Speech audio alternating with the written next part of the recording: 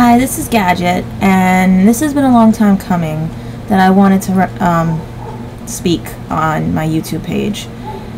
It's been a process because I never knew what to say, never knew what I could talk about. As you can see, I'm very good with my editing, especially my anime videos and stuff. But I figured, you know what, it was about time I talk about myself. Maybe you guys can get to know me a little bit better on everything, because you see my pictures with my cat, me trying to kill the cat, and everything, but really you don't know about me. And I think, you know what, maybe I should start doing these video blogs because my life is very interesting and I've been wanting to do this but didn't know how to. So I was figuring maybe I'll start with a brief background and then tell you how I've changed my life. And it seems that even though I've changed my life, most people still want to see what they want to see and view. Don't get me wrong, I have very good friends who've been my friends for over 20 years and stuff and everything, but at the same time, I'm dealing with now one-minded people because I've grown, I've learned, I'm moving on, and it seems that everyone is stuck in their own little way. No matter how much help I try to give them, they're still stuck. And the reason I'm also doing this is because I'm very appreciative of some people who actually gave me the push, because if I didn't have that help, I would be where these people are right now.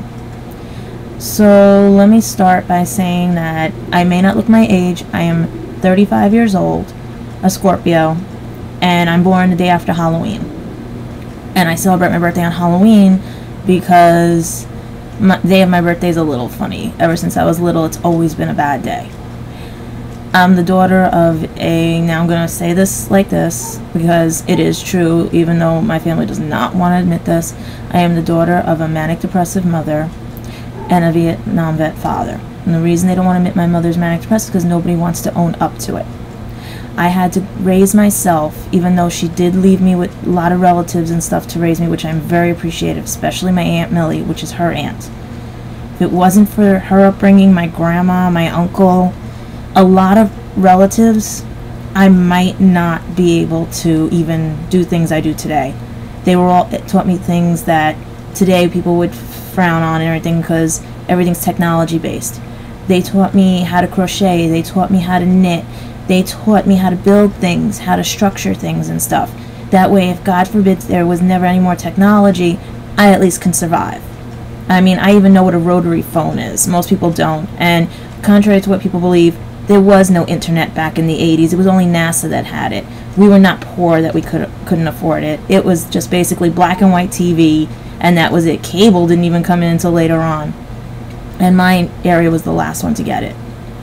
But growing up, I'm the oldest of two girls and everything, and when you're raised by a manic depressive mom, it's like night and day. And when I found this book by this one author, she stated it all and everything, how my life was like, it's basically my life, that I would be disciplined for good things as well as bad things.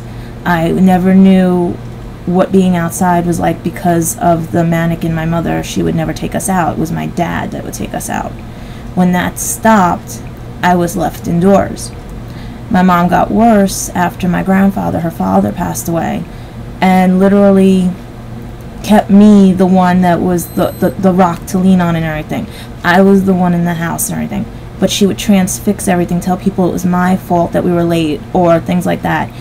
And if it wasn't for that book and people explaining things to me now, I would have kept thinking these things were my fault when really it wasn't and everything.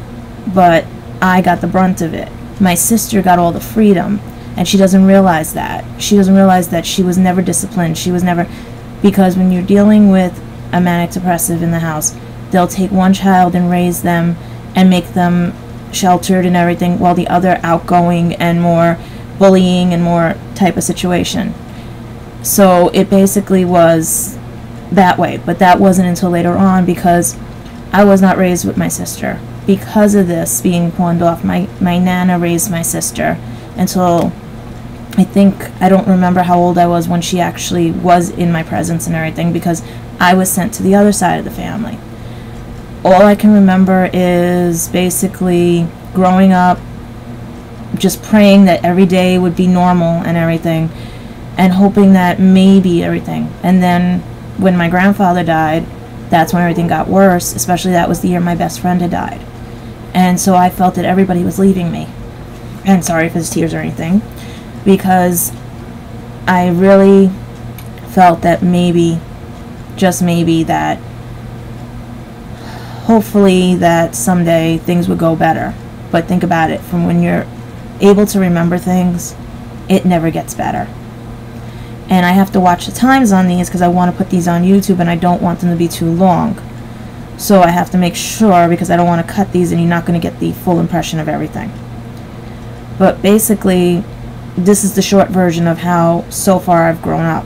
Grown up sheltered, grown up where I had to grow up before my time, being told everything I like is not the right way, it's delusional and everything, that my identity is not my identity, that I have to literally do what they say, that I have to obey. And basically the problem was also my father worked so much that he didn't see any of it, and that when it came too late, he didn't know what to do. Everything was so blown out of proportion at the time, and that comes later when I tell you what happened. But for as of now, all I can say is that if certain events didn't happen, I would still be in that hellhole. And I'm calling it a hellhole because until my family realizes what happened, they're going to deny, they're going to blame, they're going to transfix, they're going to blame everybody else but themselves. And I said, I don't want to be part of that anymore. And that's how I geared my life when this event had happened. So I'm going to pause this one and tell you what happened, and I'll call that part 2. Because it has to stem from when I grew up and how I grew up and why I am the way I am now, and trying to piece together back my life. So basically part 2 is going to be like childhood and everything, up until even what these guys have done to me and stuff. I mean, certain stuff I'm not going to say here. Only my real friends and everybody knows what happened and stuff. But I'm just going to give the gist of it and short versions of everything. But maybe it'll give people an insight on to what I've been going through. And because I tried to write this for a book and I can't do it. It hurts too much. It's easier to get it out than to write it. So this is the end of part 1, and I'm going to start part 2 really soon. Alright? Right after this. So I hope you guys like these, but part 2 will be soon. I just wanted to make sure on the time because of YouTube. Alright? So this is the end of part 1, and hopefully you understand after all the parts what's happening with me. And basically, like I said, I have friends that took a chance on me and actually are my friends for over 20 years. So fingers crossed, and hope this works, because I tried to write this. I feel it's better. Everybody's more video oriented now. So this will be my story, my book. Have a nice day, and hopefully, as you can see, I'm crying. This works. Alright, so get ready for part 2. Bye.